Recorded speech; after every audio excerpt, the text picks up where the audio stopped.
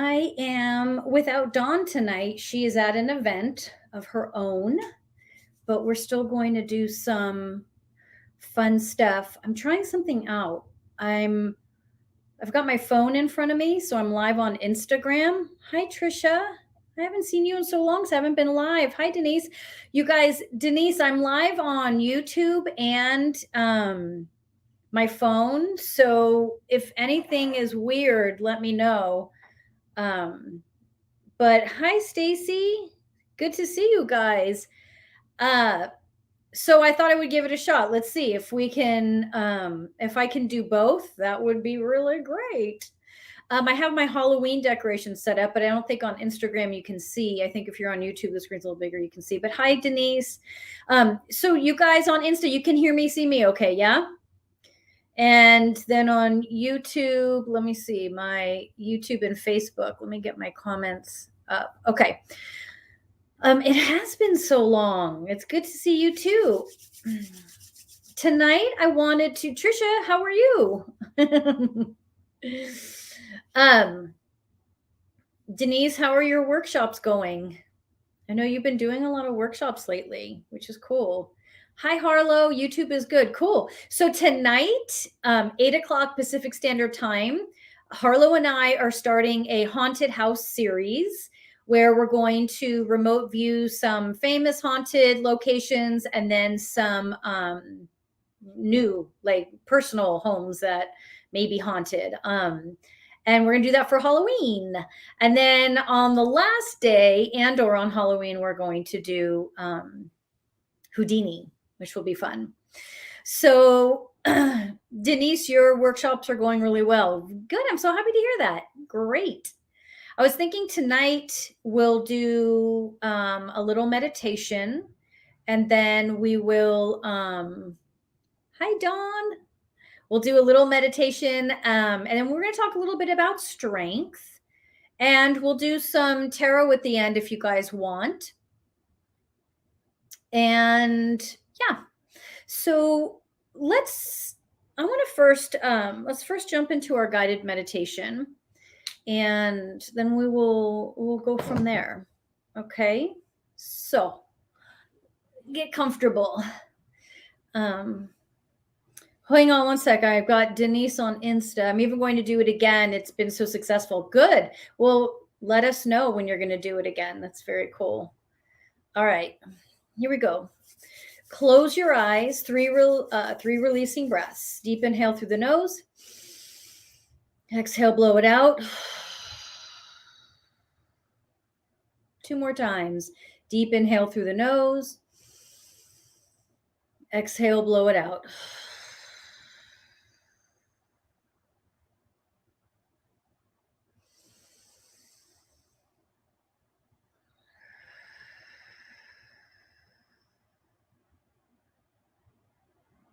All right. So just allow yourself to become comfortable with the space you're in. Just notice with your ears, notice with your scent. Just see where you're at. See if you can feel the earth beneath you. Just really allow yourself to connect. Connect to my voice, connect to your breath. So start to deepen the inhale and the exhale. So consciously deepen the inhale. Consciously deepen the exhale. Just allowing the belly to move and to get big with the inhale. Allowing the belly to pull in on the exhale.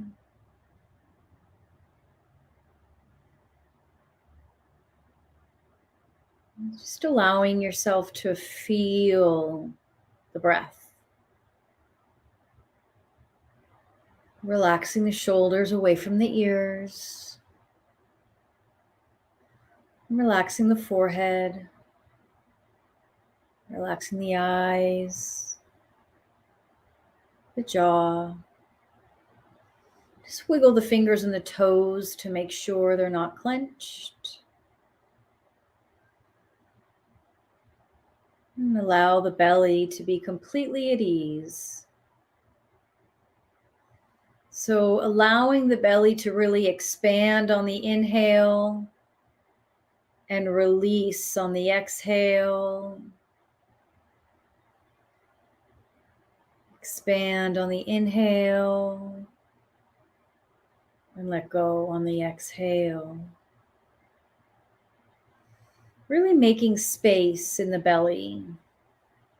The belly is our connection to the outside world. So really allowing ourselves to make room in the belly, allowing ourselves to connect with the outside world, allowing ourselves to be present with the outside world. And trying to not hide from the outside world. Just a few more breaths here. As we allow the body to totally let go, sinking deep into the earth.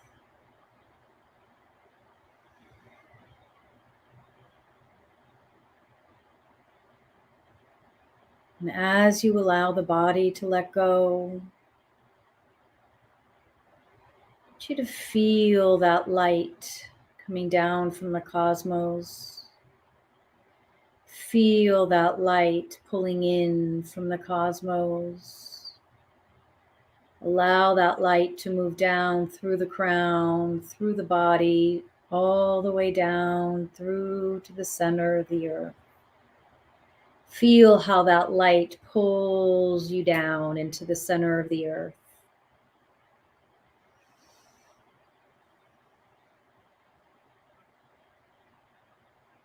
And then I want you to feel the earth and then pulling light from the center of the earth, pulling it down, up, up, up, up through the crown of the head. So we're pulling light from the center of the earth, grounding us, holding us, connecting us, shooting it out the top of the head.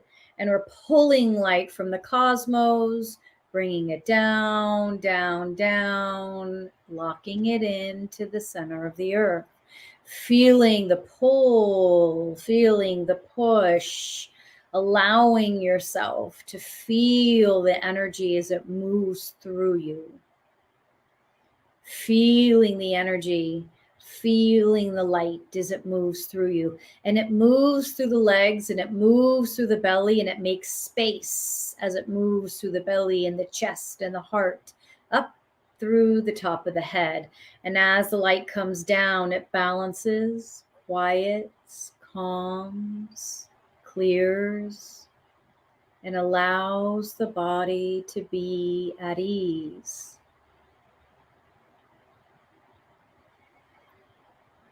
Feeling yourself connected, feeling yourself at one with the earth, feeling yourself at peace with the cosmos, and allowing yourself to really just be still. 3 releasing breaths here. Let it all go. 2 more.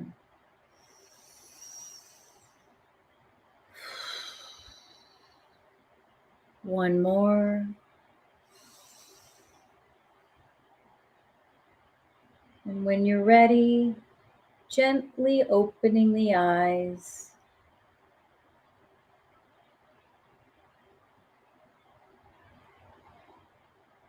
And just become aware of the space, aware of where you're at.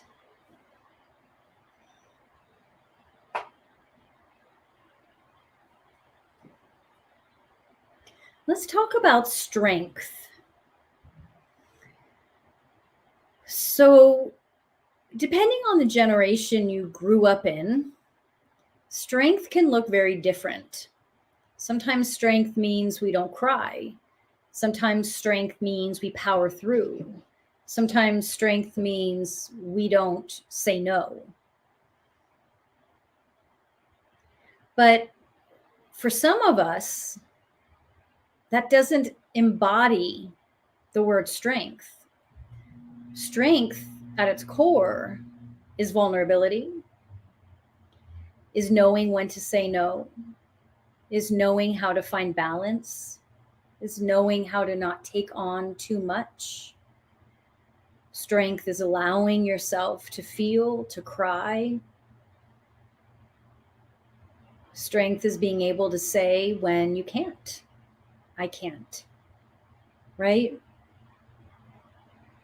So asking yourself, after we've just had just a little bit of relaxation, what does strength mean to you? How have you taken that word and put it into your life? You feel like you're strong when? You feel like you're being strong when you do A, B, or C. And ask yourself if that is strength or if that might be a false sense of fear. And sometimes we hide behind the fear by putting on that brave face, by not crying, by trying to justify what's going on in a painful situation.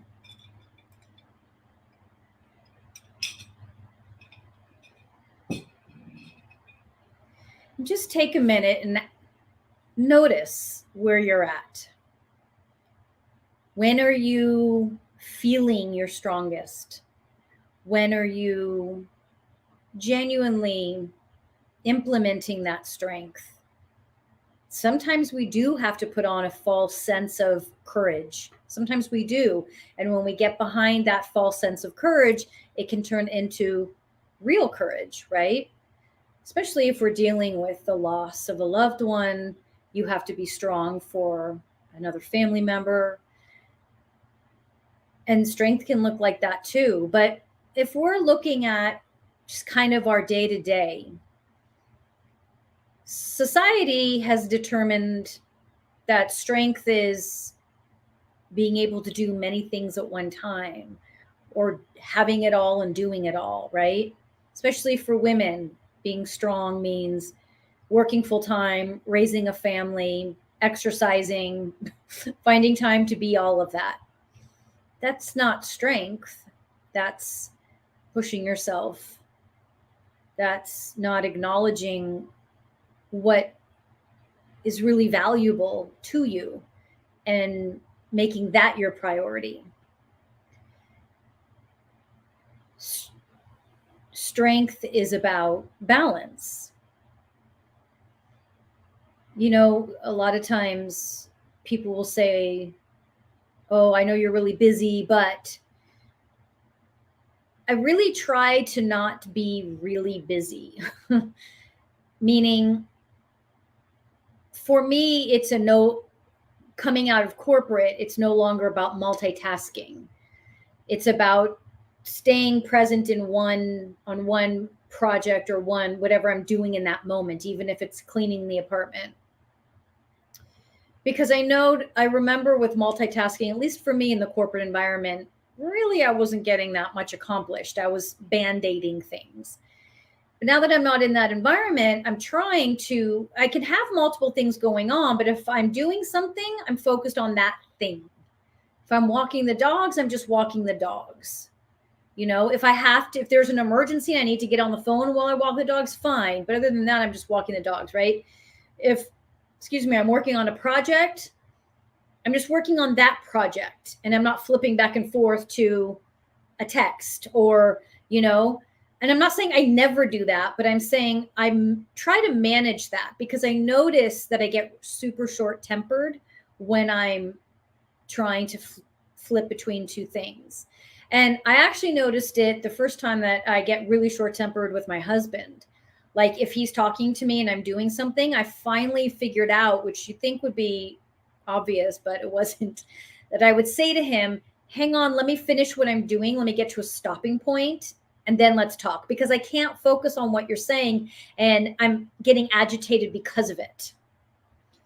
And I started doing that with him because he's not very good at communicating that back. So if I see him texting, I'll say, oh, when you're done, let me know because I want to ask you something. And of course he'll say, I can do both. Sometimes he can, sometimes he can't. So how that blends with the word strength is being strong doesn't mean powering through and being able to do a lot of things. It means knowing where your strengths lie, right? And I didn't realize when I was in corporate that multitasking was just kind of band-aiding and half-assing every situation I was managing. And to be honest, when I look back at that job, it was customer service plus my staff, plus dealing with corporate demands. I don't know if there's really any other way. So for those that are in corporate, I mean, I don't really know that there is any other way other than to be like this, right? But if you can find strength when you're not at your job, after, before, on the weekends, a strength that requires you to be very present in the thing that you're doing at that time. And I'm not saying hyper present where you should like not do anything else and not be aware of anything else, but just see if you can minimize outside stuff when you're doing one thing, you know, or one conversation, because you'll notice that it brings down your agitation. So again, when we go full circle, when we look at this word, the word strength, society says strong is doing many things all the time, always busy, always very almost stoic, not feeling, not emoting. That and I don't feel that that's strength. Strength is the opposite. Strength is breaking down and crying when you need to. Strength is saying, no, I can't do that. Strength is saying, hang on, let me finish where I'm at, and then let's go over here. Strength is knowing who you are and knowing that if you can be the best version of you, it's only going to help those around you, whether they know you or not, whether it's just the grocery store line or not. And listen, for those that listen, follow me a lot, I'm not saying I have this mastered. And I always say that because if I don't have something mastered, I'm not going to talk like I'm the queen of it, because I'm not. I think the only thing I've mastered is obsessing over my dogs, but I do try it and I do practice it. And then sometimes I miss it. And when I miss it, I'll be like, "Ooh, I really blew that one." That really got away from me, and the agitation level like kind of creeps up. It doesn't kind of creep up. It just plows in. But that's where I want to go back to being a strong, grounded person, having the strength to say, I can't make that decision right now, or I can't have that conversation right now. These little things that we do throughout the day, these little choices that strengthen us, are what grounds us. But more importantly, it's what keeps us from creating basically bad karma, right? Because the stronger you can be at knowing I can't multitask this, or knowing I'm not focused enough on this, I'm not very centered, I'm not present on this, it then allows you to make more conscious choices in the moment.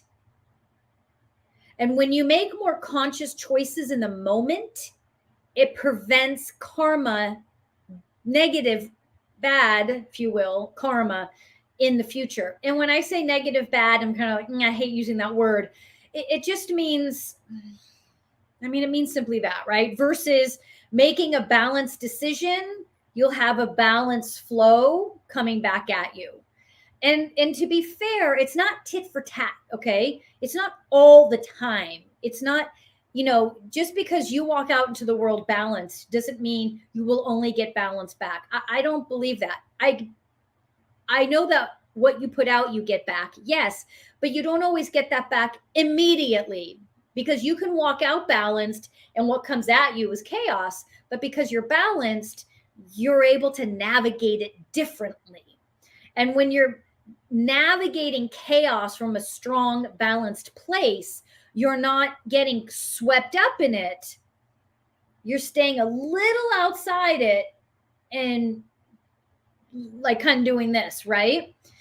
So, and then what that does is it doesn't create more chaos or more bad karma, because when it's time for what you put out, you get back to come back. What you put out was balance, even if everything around you was chaos. Does that make sense?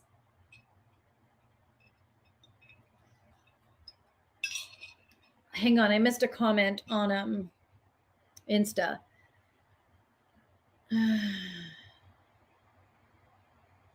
So Denise is saying she was helping her dad the last month with his wife, who was in hospice and then unfortunately passed. I only did what I was able and said no to invitations that seemed too much. Good. That's a great example. And here's the thing is, we all hear that. We all hear what Denise is saying. We read what Denise is saying and we shake our heads and we agree, and it's kind of obvious, right? But in the moment, it's not obvious, right, Denise? I bet in the moment that wasn't obvious. I bet in the moment you might have felt pressured from others around you that maybe don't practice from the space you practice in, and they're just doing everything and just feeling overwhelmed and blah, blah, blah, right? But because of what you practice, you were able to gently see, I need to say no to this or say no to that. And it may cause others to think, well, that's rude, or what's she doing, or that doesn't make sense, right? And that can be hard, right?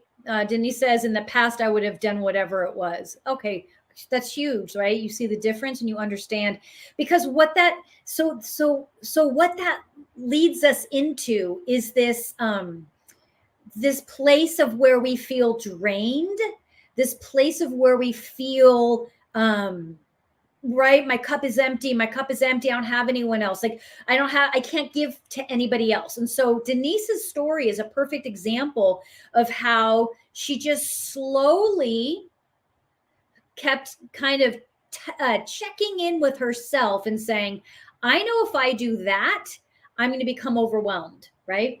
So we have all heard, if you don't fill your cup first, you can't give anything back, right? But let me tell you this, if you don't fill your cup and continue to go back and fill your cup, you're ultimately then taking from others. How else do you then survive, if you will? You're taking. So for anyone that isn't filling their cup regularly, you're taking. So that's when I was saying, when I worked corporate, I would be in meditations 3 times a day, before work, at work, and after work, because if I wasn't, then I was taking. And I could feel when I would start taking from others. You start to become very sensitive to that. And because you become agitated, you become frustrated, that's when you really start to feel other people and become overwhelmed. And that's when a lot of people who, know they are empaths will start to blame others, right? Or they'll start to blame the fact that they're an empath and say, well, it's because I'm an empath. No. And yes, you feel a heightened sense, but no, it's your job. If you're an empath, that means your consciousness is a little bit higher than those around you, which means it's your job to be able to manage the situation you're in, nobody else's, right? And to know how to take care of it, when to leave, when to stay. And listen, we don't get it right every day. And the days we don't get it right, we learn from it and just say, okay, next time I won't do that. And it's interesting, because the truth is, we're here in body to learn and to evolve, and that's it. as our society and our own personal brain puts a timer on that or a clock on that, like it needs to happen by this time, or it needs to be before this age, or and I still haven't learned, or I can't believe I got it wrong. And the truth is as cliche as it sounds, is you should be learning and growing until you're done. And there is no clock, there is no time. It's going to take as long as it's going to take, and we can't force it and push it. But our only job is to be here to learn, and our only job is to evolve, and everything else comes second. And when we can remind ourselves of that, we can slow ourselves down, just like Denise was able to do in an overwhelming situation like that. So kudos to you, Denise. That's really, really great. And I think it's really hard to implement that.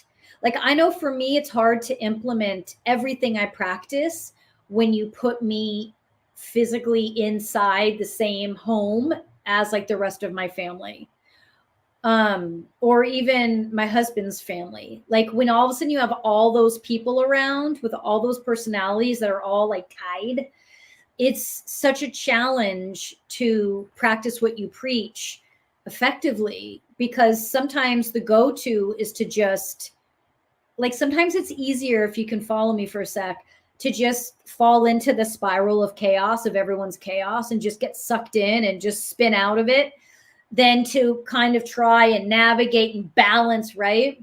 Sometimes it's just easier to just go, I give up, and just get sucked in. And then you're saying something nasty or mean, or, fighting, and then you just walk away and you're like, man, I blew that. Like, man, but it's toxic. It's like a drug. It's like getting sucked into drama and family toxicity or work. I used to get sucked into it at work all the time, and I'd go home and go, man, dude, I start out with good intentions and I just get sucked in, and I'm done, And I think it's addicting for two reasons. One is you feel like you belong when you're sucked in. When you get sucked into the family drama or the work drama, you actually belong. You aren't weird or different from everybody else, and you're in it. When you stay separate from it and you try to balance you and check in with you, it means you're going to be a little bit different, and it means it's going to isolate you. And let's be honest, no one likes to feel isolated, even if it's self-inflicted, right? You want to feel like you belong, or that others feel the same way as you do. So yeah, so Trisha's saying yes to that, and Denise is saying, oh my gosh, yes to that, right?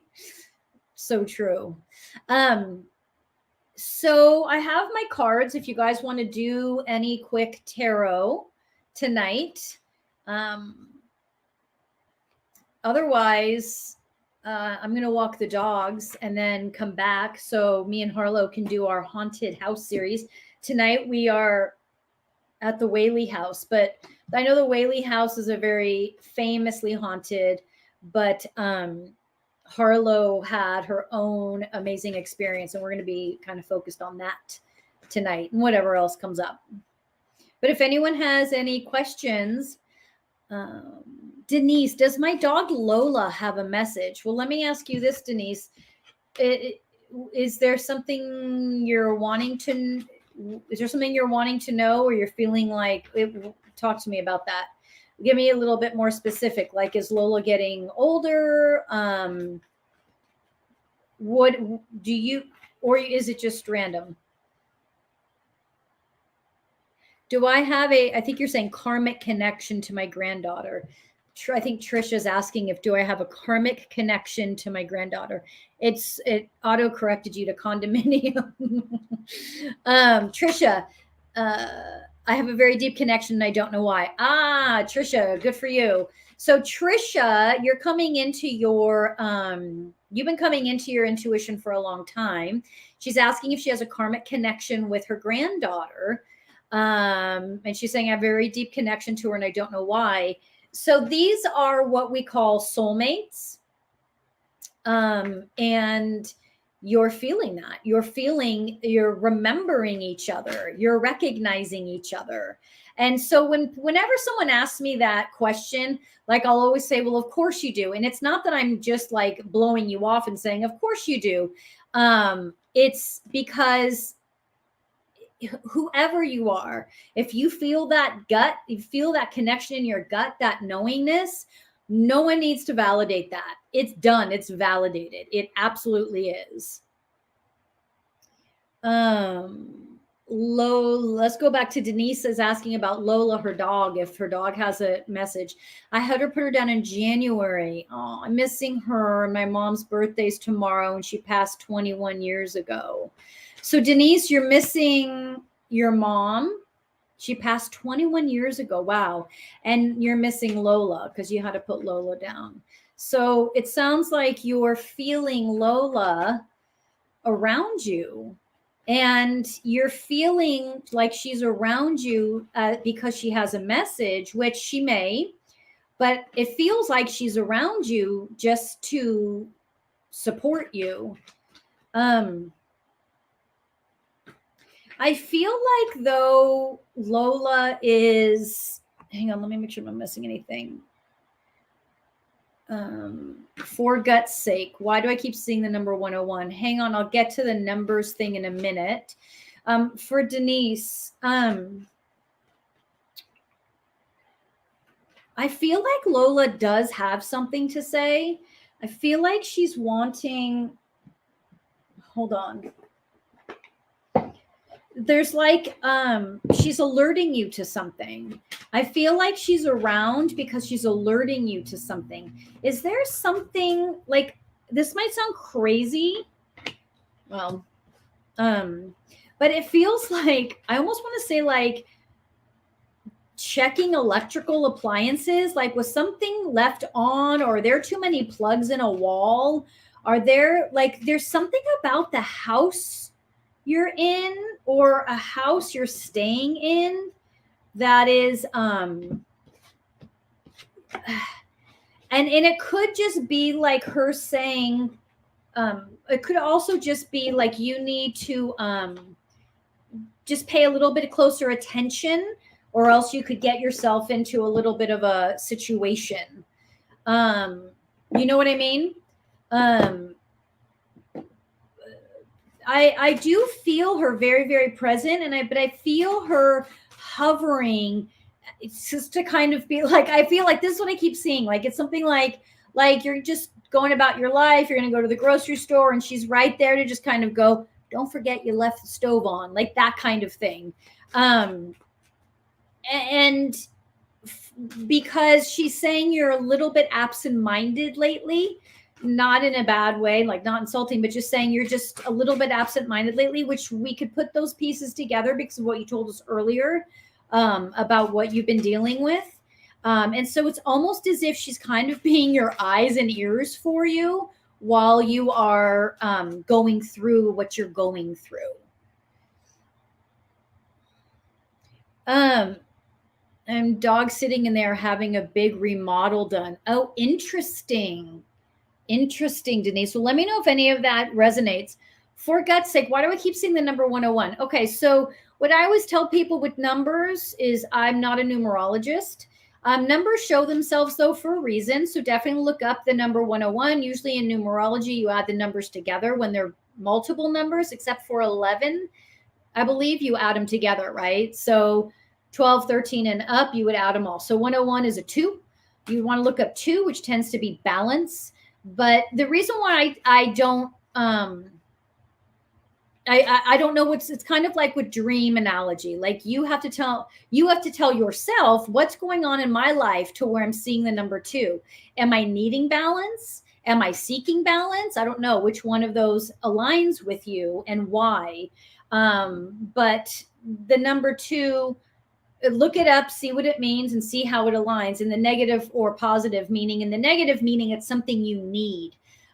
Positive can mean it's something that's coming, but know that when it's coming, it only is coming if that's something that you are working on, working towards, putting the work in. If you're not putting the work in, whatever it is, it's going to just appear. So 2 can be balance, 2 can be partnership. So let's say if you're looking for a love relationship, you know, if you're not out there dating, it's not going to just show up.